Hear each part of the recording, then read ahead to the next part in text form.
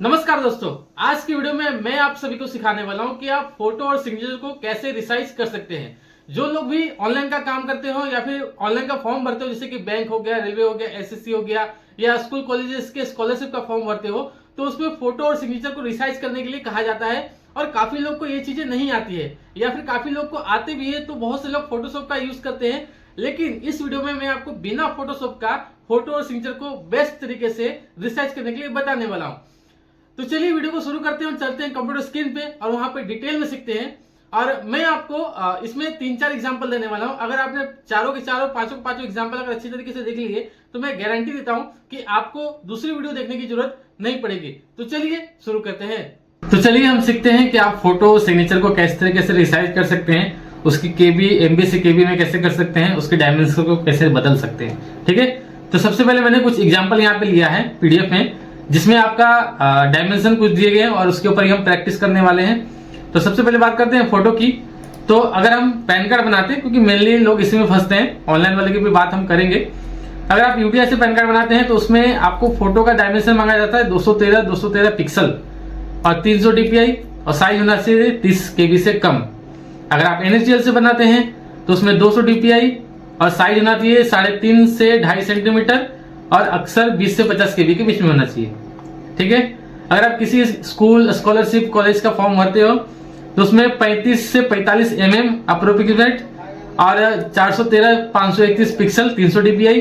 अगर सिग्नेचर की बात करें तो 10 से 20 केबी के अंदर में। अगर आप किसी ऑनलाइन सरकारी का फॉर्म भरते हो तो उसमें भी फोटो आपको 200 से 230, मतलब अलग अलग तरीके के साइजेस आपको देखने को मिलेंगे। और रिक्वायरमेंट ये रहेगा कि मुझे इस साइज में, इस केबी के अंदर में कन्वर्ट करके आप फोटो दो, तभी आपका फॉर्म एक्सेप्ट होगा। वरना अगर आप इस क्राइटेरिया को फॉलो नहीं करते तो आपका फॉर्म रिजेक्ट भी हो सकता है। तो चलिए ज्यादा देर नहीं करते, हम शुरू करते हैं कि आप किस तरीके से आप फोटो को रिसाइज कर सकते हो। तो सिंपल से मैं यहाँ पे 2 फॉर्मूला यूज करने वाला हूँ। ठीक है, एक चीज और मैं आपको बताता हूँ। जो आप डीपीआई यहाँ पे देख रहे थे, जो आपको डीपीआई वगैरह देखने को मिल रहा था यहाँ पे, ये जो था ना डीपीआई 300 डीपीआई, यहाँ पे था 200 डीपीआई, यहाँ पे 300 डीपीआई। तो ये डीपीआई क्या होता है? यहाँ पे 600 डीपीआई पैन कार्ड में मांगता है, यूटीआई वाले में खास करके। तो डीपीआई का मतलब क्या होता है? तो डीपीआई का मतलब होता है डॉट पर इंच। जब भी आप अपने डॉक्यूमेंट को स्कैन करते हो ना, जैसे कि मैं यहाँ पे स्कैन पे जाता हूँ, तो यहाँ पे आपको सिलेक्ट करने का ऑप्शन आता है। देखिए यहाँ पे 150 डीपीआई, 200 डीपीआई, 300 डीपीआई।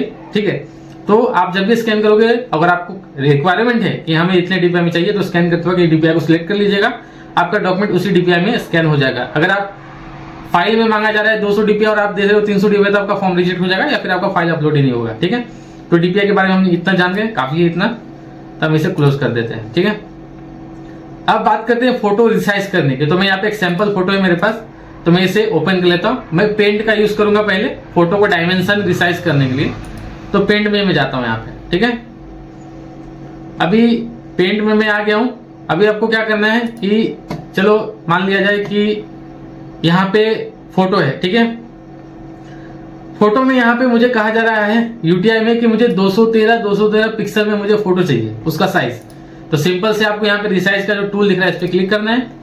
यहाँ पे पिक्सल है, क्योंकि पिक्सल में डिमांड करे तो पिक्सल पे क्लिक कर दीजिएगा। ये जो बीच वाला है इसको बोलते हैं एक्सेप्ट मेंशन रेशियो, तो इसको अनटिक कर देना है और यहाँ पे सिंपल से आपको लिख देना है 213 और ओके कर देना है। ये ओके, ये रिसाइज हो गया। अगर आपको बैकग्राउंड हटाना है तो यहाँ पे बैकग्राउंड का भी ऑप्शन दिया है, यहाँ पे क्लिक कर दोगे तो ये ऑटोमेटिक बैकग्राउंड यहाँ पे क्लियर हो जाएगा। देखिए थोड़ा देर रुकिए, 2-3 सेकंड, देखिए बैकग्राउंड यहाँ पे हट गया। ठीक है, तो आप इस तरीके से ऐसे रिसाइज करके आप अपना काम चला सकते हो। ओके, तो यहाँ पे मल्टीपल चीजें आपको मिल जा रही है। तो मैं इसे कट कर देता हूं। अब बात करते हैं सिग्नेचर की। सिग्नेचर का डायमेंशन मुझसे मांगा गया है यहाँ पे कि सिग्नेचर हमें चाहिए 400 से 200 पिक्सल में। ठीक है, तो मैं सिग्नेचर यहाँ पे ओपन कर लेता हूं। यहाँ पे पेंट में गया और यहाँ पे आप रिसाइज टूल पे जाके पिक्सल पे करके यहाँ पे इसको अनटिक कर देंगे। और कितना था? 400 से 200, तो यहाँ पे 400 से 200 ओके कर देंगे।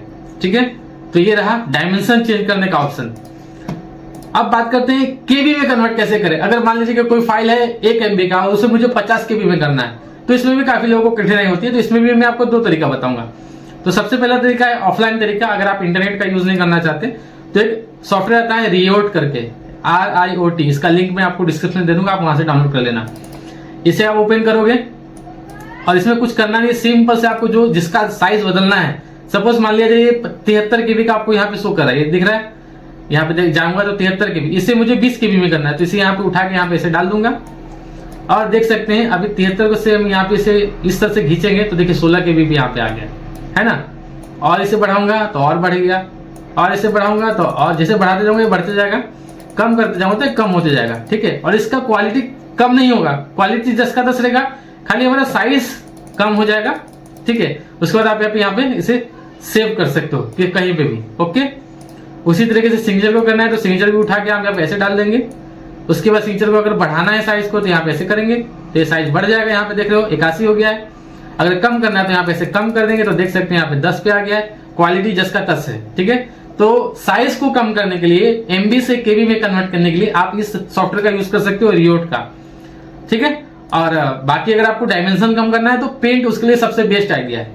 अभी बहुत से लोग बोलेंगे कि आप जब पेंट से बता रहे हो यहाँ पे, तो जब हम पेंट में जाते हैं तो यहाँ पे हमें सिर्फ पिक्सल का ऑप्शन देखने को मिलता है, पिक्सल का। तो देखो पिक्सल का अगर ऑप्शन देखने को मिल रहा है ना, तो उसका भी एक आइडिया मैं बता दे रहा हूँ आपको। यहाँ पे जाना है, एक ऑनलाइन टूल खोलना है, unitconverter.net। यहाँ पे आप जो भी डायमेंशन डालोगे, मान लीजिए 2.5 इंच है तो उसको यहाँ पे पिक्सल में कन्वर्ट कर देगा, ठीक है। मान लीजिए आप यहाँ पे डालोगे 3.5 इंच तो इसको पिक्सल में यहाँ करना, तो पिक्सल लेके फिर आप वहां से कर सकते हो। तो पेंट एक्चुअली में क्या, पेंट बहुत ही इजी चीज है। फोटोशॉप नहीं चलाना था कोई दिक्कत नहीं, आप बिना फोटोशॉप का पेंट के जरिए आप साइज के डायमेंशन को एडजस्ट कर सकते हो। और MB से KB में कन्वर्ट करने के लिए तो मैंने आपको यहाँ पे बता दिया कि आप रियोट का यूज करोगे, तो ये थोड़ा आसान तरीका है, आप इसका यूज आराम से कर सकते हो, ठीक है। बाय द वे फोटो वगैरह का अगर ज्यादा वो करना है तो आप फोटोशॉप का यूज कर सकते हो, ठीक है। जब उतना आता है तो आपको फोटोशॉप यूज करना आता होगा। मैं ये बहुत ही सिंपल तरीका बताया हूं आपको, ठीक है, बराबर। तो ये था तरीका फोटो और सिग्नेचर रिसाइज करने का। तो अगर आपको जब भी अगर फोटो का डायमेंशन बदलना हो तो आप पेंट का यूज करना, जैसा मैंने बताया। अगर साइज कम करना हो तो आप रियोट सॉफ्टवेयर का यूज कर सकते हो, ठीक है। तो चलिए इतना ही। तो दोस्तों ये जो तरीका मैंने आपको बताया फोटो और सिग्नेचर रिसाइज करने का, तो काफी बेस्ट तरीका था।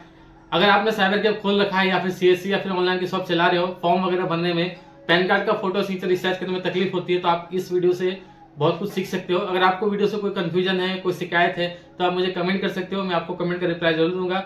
मिलते हैं नेक्स्ट वीडियो में, तब तक के लिए जय हिंद।